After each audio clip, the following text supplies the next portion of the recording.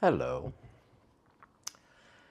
I'm at another cat sit, this time in Brooklyn. Anybody need any cat sitting? Never mind. Anyway, oh, there goes a cat.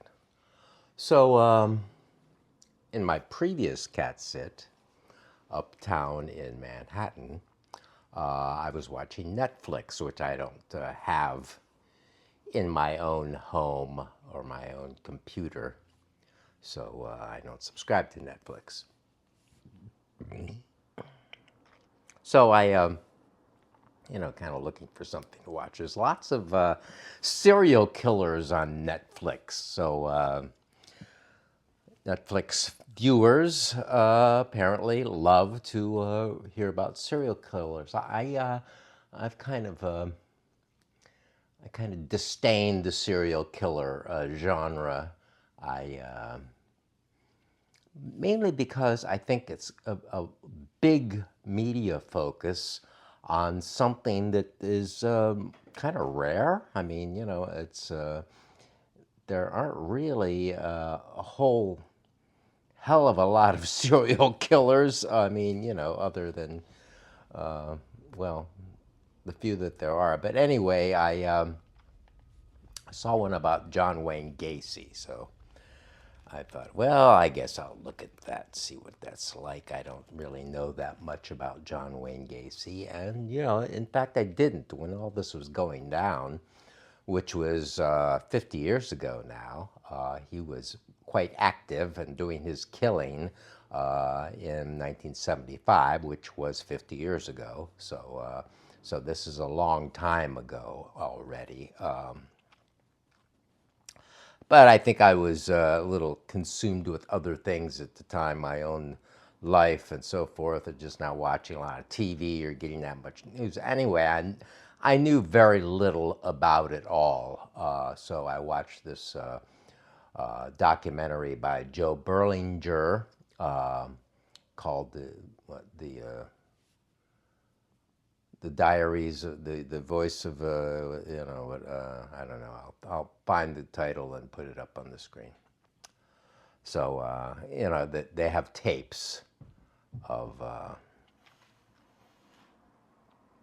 of Gacy talking shortly after he was arrested, talking to one of his attorneys or a prosecutor or something. So he did a lot of talking, and they have tapes of that, and so they played those tapes well as running down the whole situation from when he started in 1966 doing his crimes to the escalating scale that it turned into, which quite impressive. They're films of them digging up the bodies in his whatever crawl space under his house, and coming up with like 33 basically young men who he murdered. Plus, there's ones that are like tossed into the river and into the lake and so forth. So how many there ultimately were, I don't know if anybody is absolutely sure of how many there were.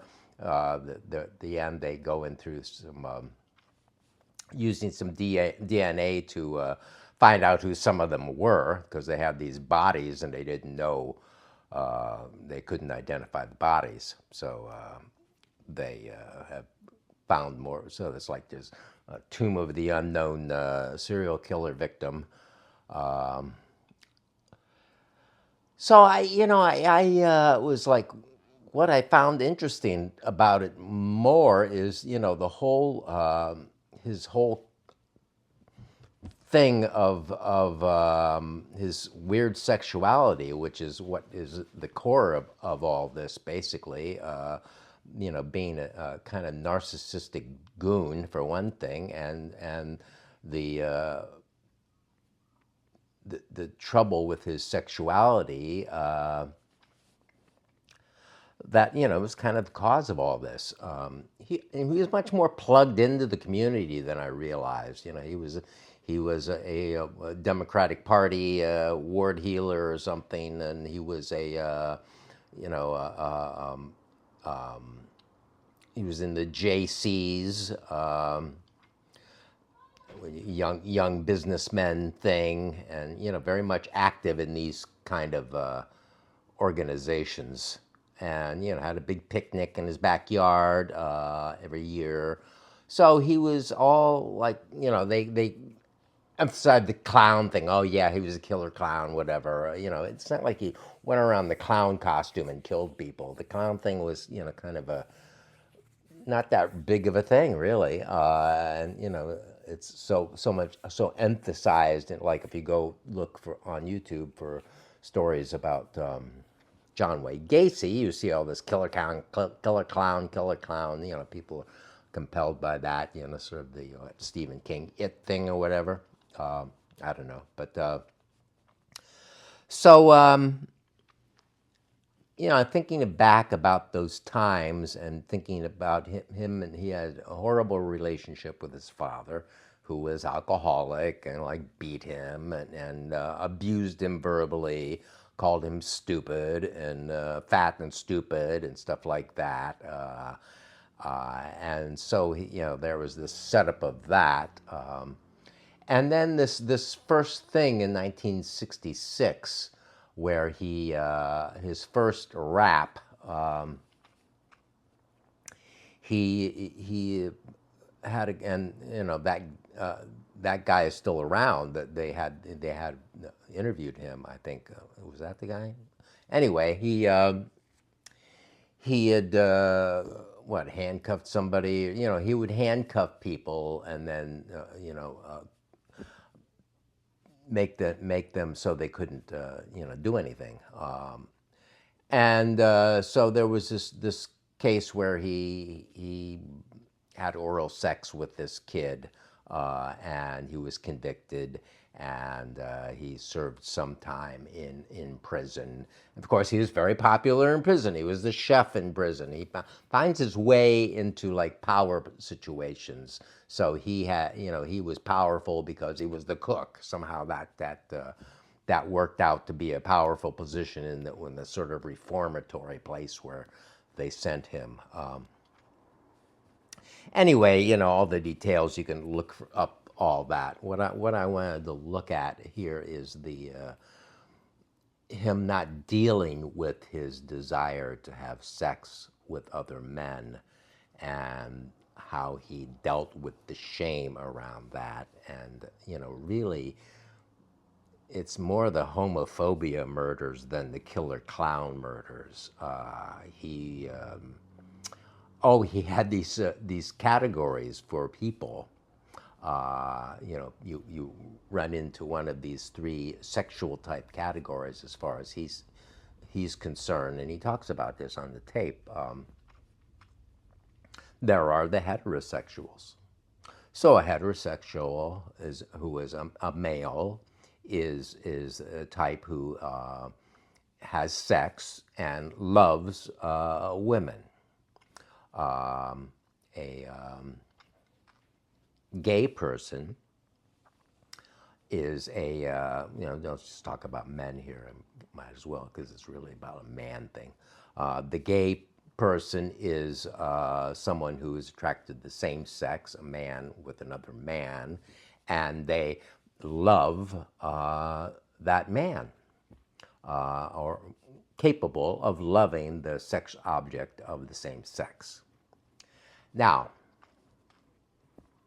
he is so ashamed of this thing going on in him, that, or sex in general, that he puts himself as the category of bisexual. And bisexual to him meant that one engages with either sex, can have sex with the same sex or have sex with the opposite sex, and but there's no emotion involved. He's not going to fall in love with anyone, so therefore he's not gay.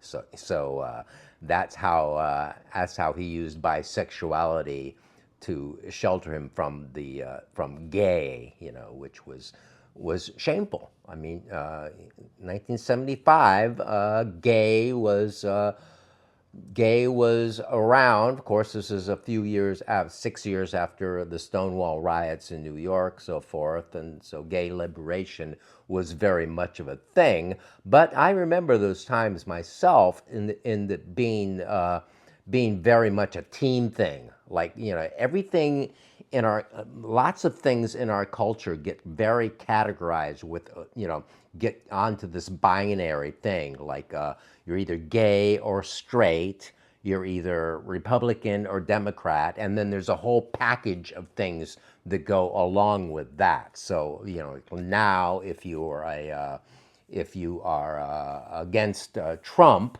then you have to be counter to everything Trump does.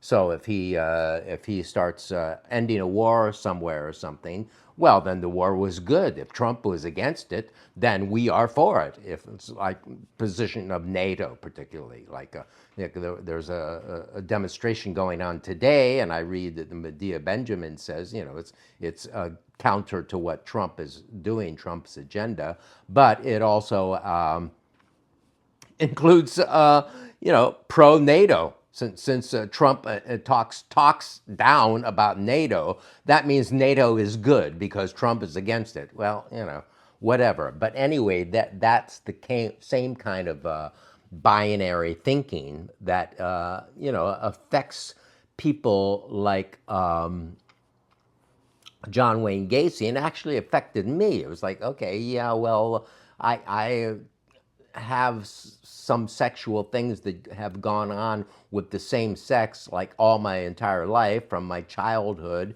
and then into my adulthood, even though I have primary relationships and love relationships, romantic relationships, are always with women. I've never felt like I was in love with any men, but I've had some sex with some men, usually kind of in an anonymous kind of thing. So, but I would take that as being sort of bisexual, I guess. Um, but it could, that's the kind of thing where people say, well, then you're not really bisexual because there's no such thing as a bisexual. You really are one or the other. So you're in denial of yourself. Um, and I think that's the kind of thing that is going on, perhaps with Gacy. I mean, I don't know. I'm not a psychopathic serial killer, so I'm a little bit at a loss to really come down with what is really going on in his head. But I think there was a considerable amount of shame about this sex thing with men, that he wanted to suck and he wanted to be sucked and he wanted to suck men. And so he would go out cruising and pick up people who were, men who were working as prostitutes, young men, or hustling, whatever. And he would, he had a successful business, renovating, construction business, building and renovation. So, and he would always hire young men because he liked young men around, and several of his young men disappeared, and then found later in his as a rotting corpse in his crawl space. So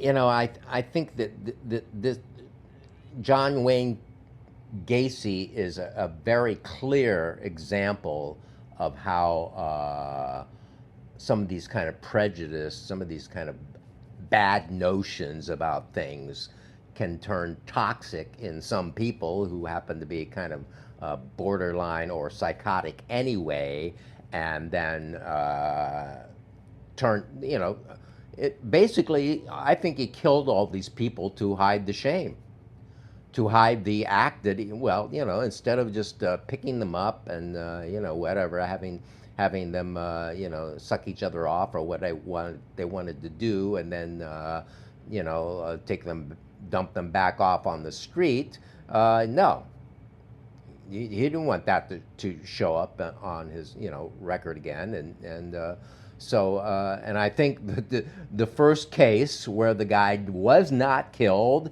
and ended up talking and ended up with him in jail was a certain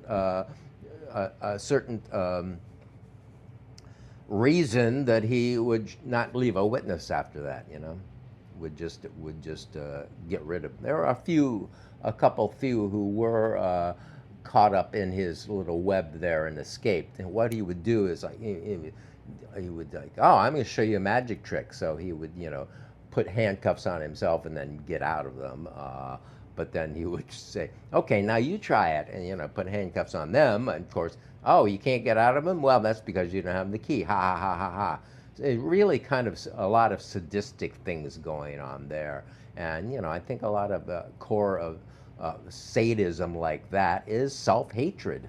And he was, you know, he was seeing a lot of that kind of thing, uh, the sexual desire, so forth, that they may have had or whatever in himself, and so he was killing part of himself that he hated and that his father would have hated, whatever. So anyway. You know, I'm not going to go on to other Netflix documentaries about you know, other serial killers, because frankly I'm not really that interested in serial killers.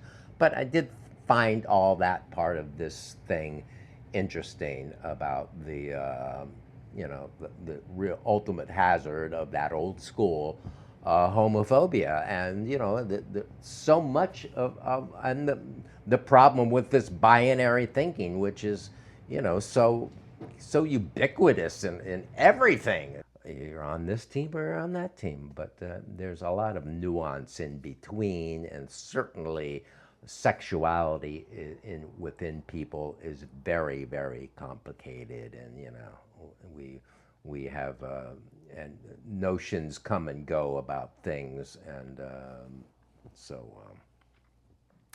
I think that's all I need to be saying about this right now. So thanks for watching. I'll be talking about a book next time, I promise.